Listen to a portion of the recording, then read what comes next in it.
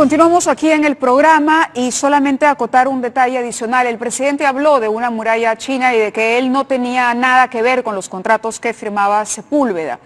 Pero eso no es creíble, no es verosímil siquiera, porque la empresa era de él. Y el contrato, que no hemos podido leer, pero que seguramente iremos conociendo en los próximos días, dice claramente que se somete a la legislación peruana. En la legislación peruana, el funcionario público no puede tener una empresa que al mismo tiempo asesore a un postor en una licitación. Y ya les dijimos, hemos estudiado mucho más el del 1 de abril, el de la carretera interoceánica, pero hay otros dos más que traen otra serie de informaciones que también vamos a tratar de explicarles porque es información técnica financiera difícil para cualquier ciudadano de entender. Pero aquí lo concreto es que el presidente tiene que hacer una aclaración y que la teoría famosa de la muralla china se cae. No existió muralla china. Es imposible que siendo ministro de Economía y otorgando una licitación, abriendo los sobres, no supiera que Odebrecht había sido asesorado por el Banco de Crédito en sociedad con su propia empresa. Es imposible. Eso no se cree, simplemente, no se cree. Muy bien, Marco Arana está con nosotros, vamos a hablar de esto y más. El congresista que ha presentado la moción de vacancia, dice la presidenta del Consejo de Ministros que lo que pasa es que ustedes son unos extremistas de izquierda que lo que quieren no es luchar contra la corrupción, sino acometer un golpe de Estado, adelantar elecciones. ¿Cómo explican ustedes o cómo le respondemos o le responden ustedes a Mercedes Arauz? Declaraciones lamentables, inaceptables, porque si la señora Arauz tuviera además el control de un estado policíaco militar, ahorita tendrían que estar presos, porque lo que ella está diciendo es que hay un golpe de Estado, que es... No, que ustedes pretenden un golpe de Estado. Así es, que están buscando un golpe de Estado, sí. Eso está penado por la ley. ¿De acuerdo? O sea, y lo que ella está diciendo es algo peligroso e irresponsable. Como ayer, el día de ayer, diversos congresistas señalaron que quienes defendemos el acatamiento de la resolución de la Corte Interamericana, defendemos terroristas. Y llegan a decir que los jueces son jueces que defienden a terroristas y que cobran su sueldo porque están vinculados a ONGs que lo único que hacen es ganar su sueldo. ¿Pero no hay un poco de cierto en eso? No. Y es inaceptable las declaraciones además que ha hecho el presidente Pedro Pablo Kuczynski de decir el día sábado en un medio radial nacional que detrás de esto está la izquierda violentista. No. Detrás de esto, o delante de esto, o claramente a la luz de todos, están los conflictos de intereses, está la corrupción de Odebrecht que ha llegado a salpicar al propio presidente de la República. Están los delitos que habría cometido Pedro Pablo Kuczynski al faltar al Código de Ética Pública con el conflicto de intereses porque él estaba explícitamente prohibido por el artículo 8 de la ley del Código de Ética de la Función Pública, la 27815. El artículo 8 prohíbe el conflicto de intereses, prohíbe usar la función pública para hacer negocios. Y en esta primera parte del programa que has expresado, Marilar, de que era imposible que no conociera como él fue a mentir en el Congreso, a decir que él no sabía, en todo caso, que podía haber sido un error, un descuido, incluso llegó a decir, porque en realidad no solo están los contratos, están las transferencias de dinero que le han hecho. Sí, las transferencias también están, claro. Lo que sucede es que el presidente había dicho que las transferencias se producen por la gestión de Sepúlveda y que Sepúlveda es el hombre que maneja la empresa. Pero la gestión de Sepúlveda sobre un contrato sobre inversión pública cuando él era ministro, jefe de Proinversión y ministro. Pero el presidente responde y dice, yo no sé a qué se debe ese monto. Es decir, Sepúlveda gestionó, pudo haber sido procedente de esto, pudo ser de otro negocio que hizo Sepúlveda, etcétera. Toledo dice que él no sabía lo que hacía Maimon, ¿verdad? Y Alan García dice que no sabía lo que hacían los funcionarios del Ministerio los contratos. de Transportes. Lo importante aquí para nosotros es que los contratos sí establecen un vínculo entre el BCP, un vínculo además inexplicable, porque el BCP puede hacer el trabajo que hizo en conjunto con Westfield. Entonces, ¿cuál era la necesidad de contratar a Westfield?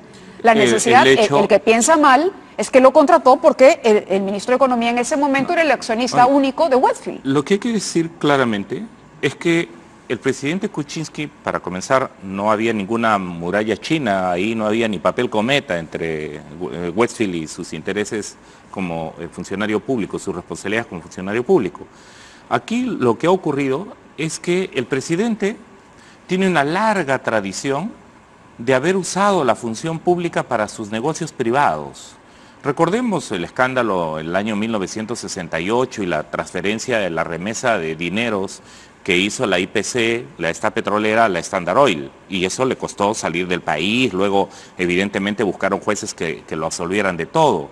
Pero no nos olvidemos que este presidente ha entrado y salido. Este mecanismo de puertas giratorias al que te referías antes, es que una vez estaba haciendo negocios del lado de las empresas privadas y otra vez estaba haciendo negocios como funcionario público. Claro, entonces, en este caso no el problema es que estaba en los dos lados. Así es, estaba de un lado y del otro del escaparate. Era el comprador y el vendedor a la vez, para decirlo de una manera sencilla. El otro día, ¿no?, conversábamos con Marisa Glave, que también está apoyando el tema de la vacancia, y ella nos decía que el escenario perfecto o ideal para ella era que asumiera el señor Vizcarra, pero como un periodo transicional con miras a convocar elecciones. Y es ahí donde viene la discusión, porque Fuerza Popular todavía no termina de aceptar las condiciones de apoyar abiertamente la vacancia, porque ellos sí están dispuestos a apoyar a Martín Vizcarra hasta el 2021. ¿Cuál sería el escenario correcto para usted de apoyarse la vacancia? A ver, recordemos que cuando el Frente Amplio presenta la moción de vacancia el 11 de diciembre, ¿no?, y se discute el 21, hubieron fuerzas políticas que, teniendo las evidencias, apoyaron que PPK se quedara. El indulto negociado para el caso de Kenji Fujimori y esta actitud inexplicable de Nuevo Perú de retirarse, cuando tenían de por medio además el libro que Manuel Dahmer había escrito sobre el conflicto de intereses de Pedro Pablo Kuczynski. Sí, eso se lo comentamos. Pero ya pasó, en su momento. El tema es que ahora han cambiado de opinión sobre el tema y son conscientes, como el Frente Amplio lo planteó, efectivamente, de que hay un conflicto de intereses que se le ha metido al país y que se ha faltado a la ética del funcionario público, que el tema penal ya lo verá en su momento. Exacto, la Fiscalía y el juez. Nosotros también por eso decíamos, ¿no?, ok, los temas penales son un asunto de la Fiscalía, ¿no? Acá hay un tema de ética que no es poca cosa, tratándose de la figura del presidente. No es poca cosa. Claro, y es la crisis que ha provocado no un complot de la izquierda extremista, como está diciendo Pedro Pablo Kuczynski, sino su propia responsabilidad, su conflicto de intereses, la inexistencia de la muralla china. Y entonces el tema es, ¿ustedes estarían dispuestos a apoyar, de aprobarse la vacancia, estarían dispuestos a apoyar, a contribuir con la institucionalidad? ¿Verían con buen ojo que el señor Vizcarra llevara las riendas del gobierno hasta 2021? Es más, Mavila, no es el tema de que nosotros lo querramos o no. La salida constitucional, cuando tenemos la vacancia de un presidente, es que lo asume el vicepresidente de la República. Es más, nosotros lo dijimos claramente cuando se discutió el 21 de diciembre, que eso era lo que correspondía. Hubieron voces interesadas, ¿no?, que son las mismas que no votaron por la vacancia y que se fueron del Congreso, que dijeron, no, aquí va a ser el asalto de Galarreta. No. Ellos dijeron de Galarreta va a entrar y por eso de ninguna manera no nos prestamos a juego, este es el golpe del fujimorista. Así lo presentaron el 21. Lo que la bancada del Frente Amplio planteó muy claramente, mire, si tenemos una bancada fujimorista mayoritaria que está queriendo defenestrar a miembros del Tribunal Constitucional, está queriendo defenestrar al fiscal de la Nación. Ahora sabemos que el grupo de Kenji quiere defenestrar incluso al defensor del pueblo. Y encima tenemos un presidente que no se puede sostener. Entonces, lo lógico para nosotros, la posición política el 21 de diciembre, fue que se asume el presidente Vizcarra, nombre un nuevo gabinete, se busque una agenda país, porque la situación necesita acuerdos, y si ese Parlamento sanciona al gabinete, ¿no? Si el Parlamento sanciona al gabinete y no le da el voto de confianza del vicepresidente, entonces lo que podría haber son elecciones adelantadas convocadas por el vicepresidente, por Vizcarra. ¿Pero por qué no le daría el voto de confianza? Porque el fujimorismo, no nos olvidemos, ha estado buscando y ha estado usando su mayoría. Pero el señor Becerril ha estado aquí sentado y ha dicho, nosotros apoyamos a Vizcarra, veo que Vizcarra es mejor, lo ha dicho. Es más, le preguntamos, usted primero habló mal de Vizcarra en el tema chinchero y ahora Vizcarra presidente. Es que el problema en la política, lo que está ocurriendo, Mamila, es que, y esto la ciudadanía lo tiene que saber, dicen una cosa y hacen otra. ¿Adelantar elecciones? ¿Eso es lo que quiere la izquierda yo lo que te puedo responder es por Frente Amplio, ¿no?, ¿Qué quiere Nuevo Perú? No lo sé, porque en diciembre querían defender a PPK. Ahora están señalando, como nosotros lo dijimos el 21 de diciembre, que quien debería asumir la vicepresidencia es el vicepresidente, el señor Vizcarra. Nombrar un gabinete nacional, de consenso nacional, no de repartija entre fuerzas políticas, y definir una agenda país, y en ese momento además dijimos, y no colocar el indulto como una herramienta de negociación. ¿Qué ha pasado? El indulto fue negociado. El gabinete está haciendo agua, ni siquiera había quienes querían aceptar ser ministros, como lo supimos durante casi 2 semanas. Y entonces, en este momento lo que correspondería es que asuma Vizcarra. Y si el fujimorismo, que no lo sabemos porque también hay inconsistencias entre lo que dicen y hacen, ¿no?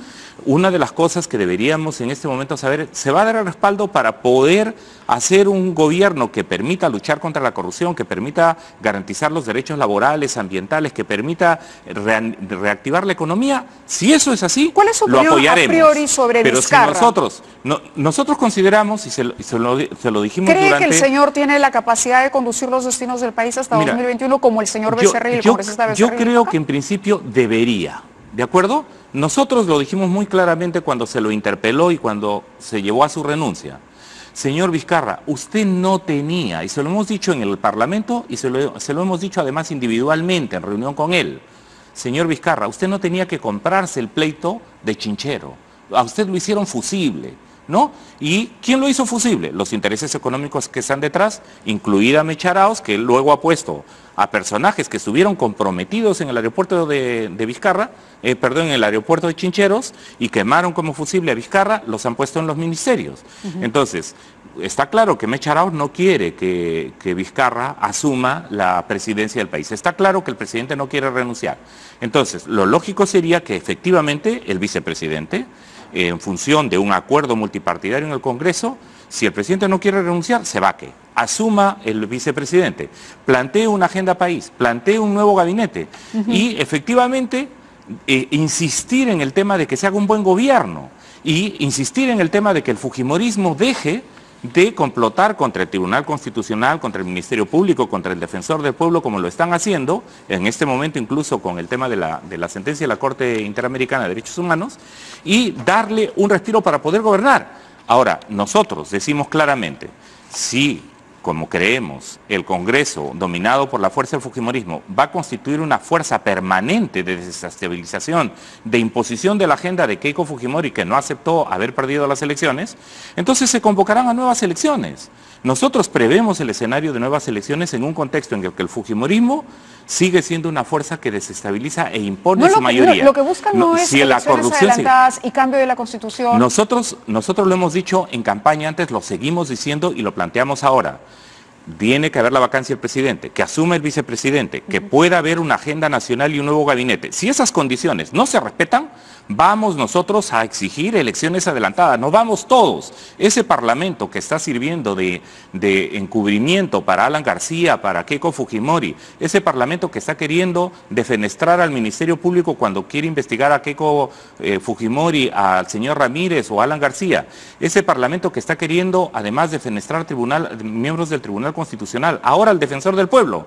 Si ese Parlamento sigue comportándose de esa manera, para nosotros de manera consecuente, vamos a nuevas elecciones. Y estamos diciendo, en esas nuevas elecciones... ha dicho que lo va a invitar, que lo va a convocar. Nosotros en nuevas elecciones decimos, además, nueva Constitución. ¿Ve bien esa convocatoria con Goyo Santos? ¿Iría con Goyo Santos a una plataforma electoral? Las izquierdas, como toda fuerza política, pueden juntarse. Lo que pasa es que nosotros decimos claramente desde el Frente Amplio, podemos combatir la corrupción si tenemos nosotros sobrecargas y indicios, denuncias, testimonios serios de corrupción como las tiene Gregorio Santos. Momento, cuidado.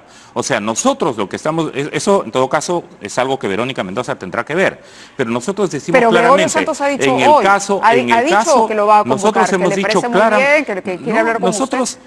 Primero, se lo hemos dicho antes, se lo decimos ahora, lo dije cuando lo visité una vez en la cárcel, se lo he dicho públicamente, se lo he dicho a su fuerza política, resuelve tus problemas judiciales. Y luego hablamos. Y luego hablamos. Muy bien. ¿De acuerdo?